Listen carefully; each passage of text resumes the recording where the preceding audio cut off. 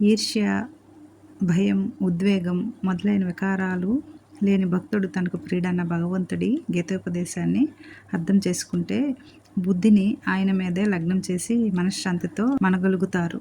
అయితే మనగలగాలంటే ఏం చేయాలి ఫ్రెండ్స్? దాని గురించి తెలుసుకుందామా? అదే ఆలోచన పథం. భగవంతుడు మనిషికి అనుగ్రహించిన అద్భుతమైన వరం ఆలోచించే మెదడు. అందులో మెదిలే భావాలే మనిషి జీవితాన్ని నిర్దేశిస్తాయి. సజ్జనులు ఆలోచనలు లోక కళ్యాణం కారణమై రాణిస్తే దుర్జనుల ఆలోచనలు వినాశానికి దారి చూపుతాయి. నిజమే కదండి. మనిషి తనలోకి తాను చూసుకోవడమే ఆలోచన.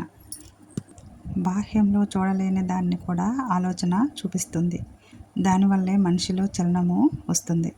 మెదడు ఆలోచన పుట్టి నిరంతరం పనిచేస్తూనే ఉంటుంది. ఆలోచిస్తూ కూర్చుని ఏ పని చేయకపోతే మనసులో అలజడి రేగుతుంది, ప్రశాంతత లోపిస్తుంది, అనారోగ్యం వెంటాడుతుంది. సానుకూల ఆలోచనలకు సత్వరం సరైన పద్ధతిలో కార్యరూపం ఇవ్వగలిగేవాడే విజేతగా నిలుస్తాడు.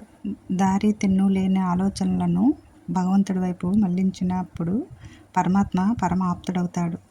మనసును సత్కర్మల వైపు ప్రేరేపిస్తాడు. దీనికి ఒక ఉదాహరణ చెప్పుకుందాం. ఒక ధనికుడు తన మేడలో ఖరీదైన సోఫా మీద కూర్చొని ఏసీ నుంచి వస్తున్న చల్లదనాన్ని ఆస్వాదిస్తున్నాడు. ఆ సమయంలో తను చనిపోతే ఆస్తి ఏమవుతుందన్న తలంపు మనసులో తట్టింది. ఎంతో కష్టపడి సంపాదించుకున్న ఈ సౌకర్యాలకు దూరమైపోతున్నాను అనే ఆలోచన రాగానే భయంతో వణికిపోయాడు. అనుభవిస్తున్న ఆనందము ఆవిరైపోయింది. చల్లని వాతావరణంలోనూ చెమటలు పట్టింది. అలా కాకుండా ఆయన ఆలోచనలు భగవంతుడి వైపు మళ్లించగలిగితే ఆ ఆనందము రెట్టింపు అవుతుంది.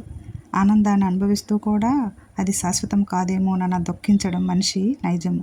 తన ఆనందానికి కారకుడు భగవంతుడేనని నమ్మి ఆయనకు కృతజ్ఞతలు చెప్పుకున్నప్పుడు మనసులో ప్రశాంతత ఏర్పడి బాధాకరమైన ఆలోచనలు చేరవని గ్రహించిన వాడే బుద్ధిమంతుడు. నిజమేనండి, చక్కగా చెప్పారు. ఇలాంటి ఆలోచన మనకి వస్తే ఇలా భగవంతుడి వైపు మనసుని లగ్నం చేస్తే చాలా ఆనందంగా ఉంటుంది. అసలు భయం అనేదే మనకి అనిపించదు. వ్యర్థమైన ఆలోచనలు మనసులో నిండిపోతే దుఃఖమే మిగులుతుందండి. ఇది మాత్రం సత్యం. అలాగే ఇక్కడ చూసారా, మా ఇల్లు అండి, చూపిస్తున్నాను. ఎప్పుడో చూపిద్దాం అనుకున్నానండి. ఇలా చూస్తూ మంచి మాటలని ఇలాగా చెప్పుకుందాం. ఈ ఇల్లు ఎంత బాగా కట్టాము, ఎంత అందంగా కట్టాము, ఇది మనకు ఉండదు అంటూ బాధపడితే మాత్రం ఏం లాభం అండి? ఇలాగే దుఃఖము ఉంటుంది. ఉన్నంత వరకు దేవుడిపై మనసుని లగ్నం చేసి సంతోషంగా ఉండాలి. ఇలా మనం ఉన్నందుకు ధన్యవాదాలు తెలియచేసుకుంటూ మన స్వామికి నమస్కారం చేసుకోవాలి. అలాగే చూడండి ఎలా ఉంది. ఇది కిచెన్ అండి, open kitchen. Friends, cupboards colours బాగున్నాయా?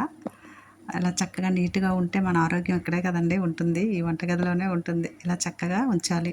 ఇలాగా ఇంటిని, వంటగదిని, ఇంకా పూర్తిగా ఇల్లంతా కొంతవరకు చూపిస్తాను. నెక్స్ట్ వీడియోలో మిగతాది చూద్దాము. మన దైనందిన జీవితంలో లోటుపాట్లను సవరించుకుంటూ ఏం సాధించాలనుకుంటున్నామో ఆలోచించాలి. ఒక లక్ష్యము నిర్దేశించుకున్నాక దాని సాధనకు మార్గాలు వెతకాలి. దేనివల్ల ఆనందం కోల్పోతున్నామో, అసంతృప్తికి కారణాలేంటో అన్వేషించాలి. చేసిన తప్పులను సరిదిద్దుకునేందుకు ప్రయత్నించాలి. మనసులోని మలినాలను భక్తి అనే సాధనతో తొలగించుకోవాలి.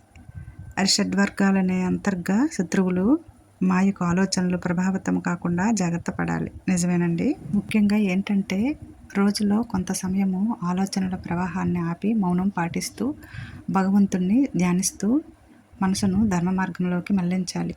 ఈర్ష్య, భయం, ఉద్వేగం మొదలైన వికారాలు లేని భక్తుడు తన ప్రియుడన్న భగవంతుడి గీతోపదేశాన్ని అర్థం చేసుకుంటే బుద్ధిని ఆయన మీదే లగ్నం చేసి మనశ్శాంతితో మనగలుగుతారు. ఇంతకంటే మనకు కావాల్సింది ఏముంది కదండి. ఇలా మనం మనశ్శాంతిగా ఉండాలంటే ఈ విధంగా భక్తిగా స్వామిని మనసులో తలుచుకుంటూ ఉండాలి. అలాగే స్వామి దయ వల్ల మనం అందరం ఆనందంగా సంతోషంగా ఉన్నాం కదండి. ఉగాది, మనం కొత్త సంవత్సరంలోనికి అడుగు పెట్టేశాం. అలాగే కొద్దిగా ఉగాది ఉషస్సు గురించి మనం తెలుసుకుందామా? కాలగమన రీత్యా నిర్వహించుకునే పండగలలో ఉగాది ఎంతో ప్రశస్తి ఉంది. భగవత్ స్వరూపమైన అనంత కాలానికి సంకేతమై అది వర్ధిల్లుతోంది. మధుమాసంగా పరిగణించే చైత్రమాసము ఉగాది శోభతో ఆరంభమవుతుంది. సృష్టికర్త ఈ జగత్తును చైత్రమాసంలో శుక్లపక్షంలో పాడ్యమి నాడు సూర్యోదయ ఆరంభం సృజించాడని విష్ణు పురాణం చెబుతుంది.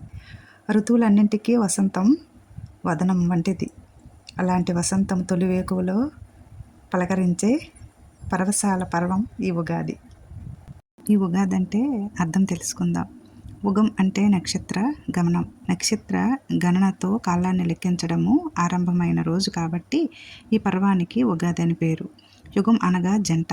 ఉత్తర దక్షిణాయనాల శుక్ల బహుళ పక్షాలు, పగలు రాత్రులు ఇలా జంటగా వచ్చే కాల ప్రమాణాలను కలిగిన సంవత్సరము ప్రారంభమయ్యే రోజు కాబట్టి దీన్ని యుగాదిగా వ్యవహరిస్తున్నారు.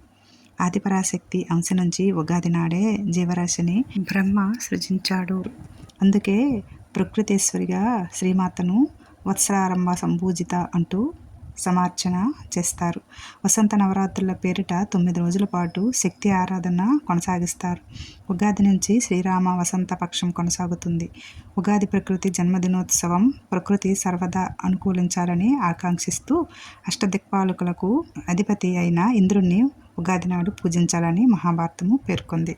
ముఖ్యంగా షడ్రుచుల సమ్మేళనంతో కూడిన ఆరోగ్య పదార్థాన్ని స్వీకరించడము ఉగాది నాటి ప్రధాన విధి. యోగశాస్త్ర రీత్యా చూస్తే ప్రతి మనిషిలో 6 చక్రాలు ఉంటాయి.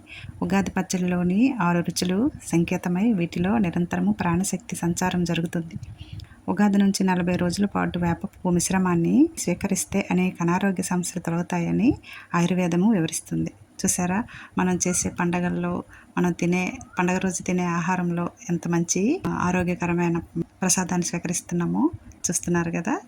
వీడియో నచ్చిందా ఫ్రెండ్స్? నచ్చితే తప్పకుండా లైక్ చేయండి, సబ్స్క్రైబ్ చేయండి. వీడియోని ఇలానే మా దీపారాధన చూస్తూ ఉంటారని ఆశిస్తున్నాను. ఉగాది ఎలా అంటే జీవన వృక్షానికి నిరాశల ఎండటాకులను రాల్చేసి కొత్త ఆశల చిగుళ్ళను ఆవిష్కరిస్తూ సతత హరిత నవ వసంత యామినిగా నయన మనోహర ఆమనిగా ఉగాది తేజరిల్లుతుంది. నిజమే కదండి. ఇలానే మన జీవితం కూడా ఈ పండగల్లో తేజరిల్లుతుందని ఎంత చక్కగా చెప్తున్నారు. మీరంతా ఉగాది చక్కగా చేసుకునే ఉంటారు.